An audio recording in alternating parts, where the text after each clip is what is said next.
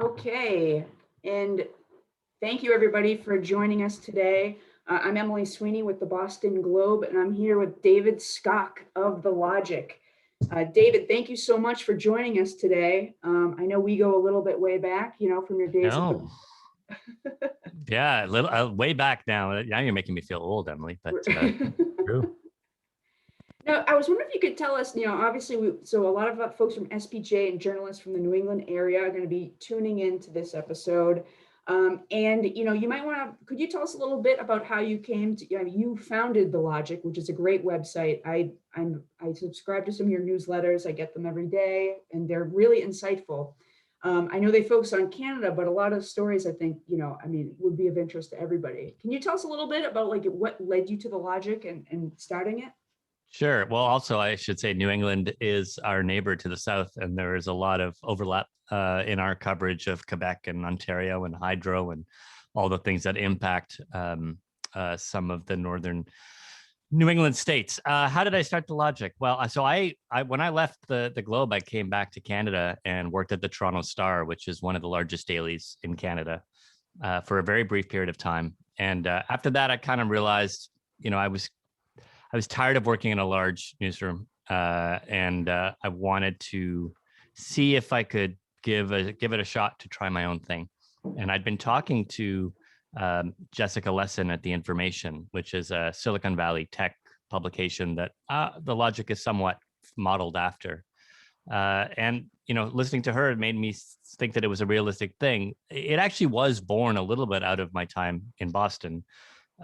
You'll recall, Emily, when I was there, we covered 2016 was my last year in Boston, and we covered Donald Trump's ascendancy a little bit in New Hampshire in 2015. But we also had a website called Beta Boston. I don't know if you remember that.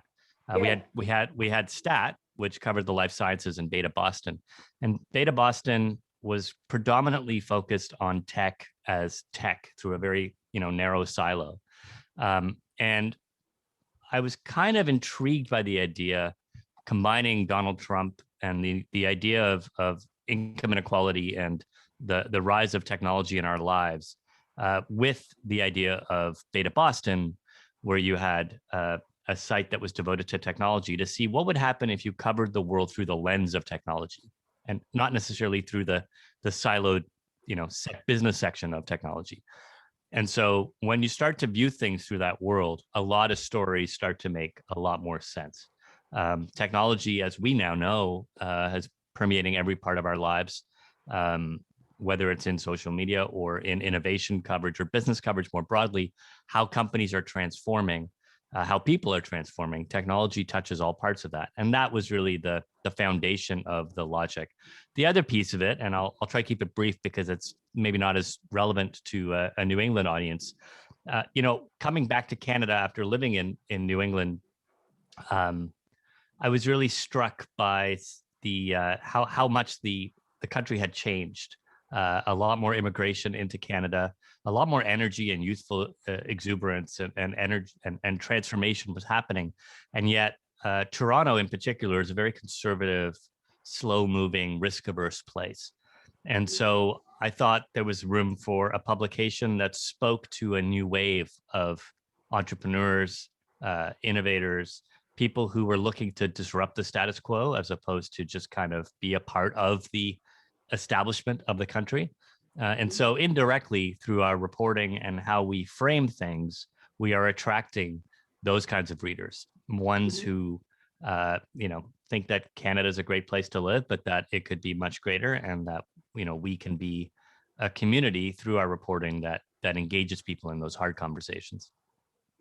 Yeah, no, I've been impressed by a lot of the stories that I've read in The Logic. One that comes to mind you guys did recently was about how a dude named David might be able to get funding, has a much better chance of getting funding than any woman. And I thought it was really eye-opening, just like the kind of like the gender inequities of, people going into startups like that. I thought it was a great piece of original reporting. And are there any other the team had a little fun at my expense with that one too. Oh, the headline. No, but it was really, really good. And like, it's refreshing to see that. I mean, it seems like you guys put a lot into like original reporting. You're not just like repeating like, the latest tech news of the day, up north. Can you talk a little bit about that? Yeah, I didn't want to get into this trap of when you have when you have finite resources, it's really important to make sure that you're putting them in the right spot, and that people aren't wasting their time matching other reporting. And so we really shied against that for two reasons. One, it's a waste of time and energy for them to be matching other reporters' work. Just cite it and contextualize it in our newsletter, which is what we do. And two, it wasn't going to help us be uniquely competitive. When you're starting a new publication and trying to break through the noise, you have to be 10 times better than everybody else in your reporting. You have to be more thorough. You have to be more nuanced. You have to give your reporters the time and space they need to do deeply originally reported work. And by chasing what others were doing, I felt like that was a waste of those resources. And so, yeah, I mean, that is one of our tenets is when I try to recruit reporters to come and work at the Logic, it's look, you may not have the same audience that you'd have at the Boston Globe or the New York Times or anywhere else, but what you will have is the time and space to do work that matters. And we see that. I saw it at the Globe. I've seen it everywhere I've worked, where the cream does rise to the top, and the high quality work does have the most engagement. And as the business model has shifted and metrics are less, are less important in terms of vanity metrics, page views, overall traffic, and more around engagement and converting to subscribers, it just creates a much better type of journalism and forces us always to be thinking about that quality over quantity. And I got to say, I admire your courage and being so brave to, start up your own company, and especially in like the world of digital media, which is constantly changing. And can you tell about, have you learned some lessons since you started the Logic? Any lessons? Yeah, I've learned a ton. Well, first, let me just say thank you for saying that. That's very kind and generous of you. But I do have to recognize that while it's courageous, I also am in a position of great privilege. I came back to Canada with a very well-established network of people who knew my work, who knew me, and who were fortunate enough to be in a position to fund me. So, those first few months when you're out there fundraising for something, having good networks really matters. And obviously, just one look at me, there's an element of privilege there that makes it a lot easier. And I don't lose sight of that. In terms of lessons learned, it's funny. Having managed 300-person newsrooms and now managing what was a 3-person, 5-person, now a 12-person organization, they're not that dissimilar. Yeah. I often, there's a lot of myth around a founder and the cult of a founder, but I actually think the skills that I learned on Morrissey Boulevard were way more tangible and important in how I approached this. There's a level of calm, even things like knowing how to organize your room from an org structure perspective. And when you have a much bigger organization, chain of command and lines of communication all the way through are really important. So when you're building something from scratch, you need to make sure that you're building in future-proofing the business for that chain of command. So I think maybe that's one big lesson, is that for those of you thinking about maybe doing something on your own, if you've worked in a large newsroom, that's an asset. It's not a weakness, and you can use that to your advantage. Other lessons: once you start gaining traction, nobody else is going to want to see you succeed. So don't expect. Really? I thought recruiting has been really hard. I thought you create a space to do great work. Where you pay people a reasonable salary in an environment where there's a lot less options for journalists, that people would want to come and work with you. And I think what we found is that actually it's the opposite. There's journalists are inherently risk averse people, which I hadn't quite realized. And looking at us, we're scary. We are this new threatening thing, both to their existing jobs, and because it's an uncertainty and an unknown, there's an element of fear there that I think kicks in. So that surprised me a little bit. And hire the right people. Make sure that you have people with you who really have a high tolerance for risk. Because, those early days when your burn rate is 2 months, you could go out of business in 2 months. It's you got to be honest with people, and you need people who are willing to take on that kind of risk. Last thing I'll say, and this is just a shout out to Brian McGorry, my old boss and still yours. One of the great things I learned from Brian that I will truly always be indebted for is his honesty with the newsroom. And I remember in my goodbye at the Globe, I said that in front of the room to you all, that you don't see what Brian goes through every day, but that I've never met another person who is as honest with his team as Brian is.